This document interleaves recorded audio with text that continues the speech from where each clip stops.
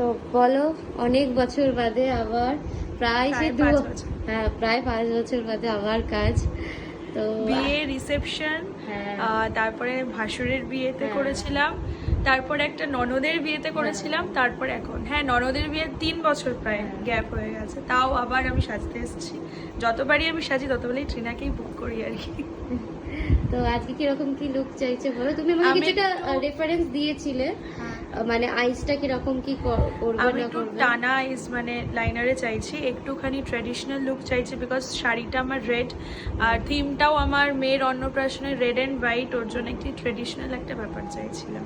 আর হেয়ারটা তো এইমাত্র আমরা ডিসকাস করে নিলাম, যে একটুখানি কনফিউজড ছিলাম হেয়ারটা নিয়ে, ওটা এখন ক্লিয়ার হয়ে গেল। তো দেখি এবার তোমার যা বেস্ট ডিসিশন তুমি নাও। ঠিক আছে, চলো স্টার্ট করি তাহলে। ঠিক আছে। তোমার ফাইনাল লুক রেডি, তো কেমন লাগছে এবার বলো। দারুণ হয়েছে, যেমন চেয়েছিলাম তেমনিই হয়েছে। ট্র্যাডিশনাল লুকটা এরকমই এক্সপেক্ট করেছিলাম, খুব সুন্দর হয়েছে। ত্রিনাকে তো আমি কিছু বলি না, ও আমার থেকে বেশি ভালো, এক্সপেকটেশন থেকেও বেশি ভালো সাজা।